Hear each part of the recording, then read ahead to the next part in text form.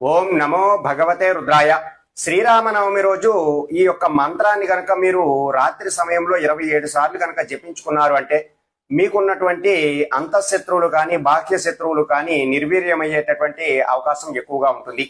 అయితే మనం ఎదుగుతున్నప్పుడు మన పైన అనేక మంది అనేక విధాలుగా అంటూ ఉంటారు.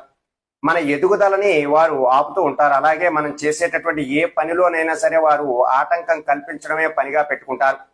అటువంటి వారు మీ చుట్టుపక్కల చాలా మంది ఉండే ఉంటారు. వారంతా కూడా నిర్వీర్యం అయిపోవాలి, మీరు చక్కగా అభివృద్ధి చెందాలి అంటే ఈ యొక్క శత్రు వినాశన మంత్రం, ఈ రాముడి యొక్క రామశత్రు వినాశన మంత్రాన్ని మీరు ఖచ్చితంగా రామనవమి రోజు మీరు జపించాలి.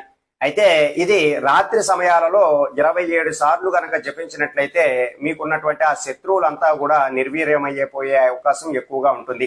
అయితే ఆ మంత్రం ఏమిటి అంటే ఓం హ్రీం శ్రీం రామచంద్రాయ శత్రునాశాయ ఫట్ స్వాహ.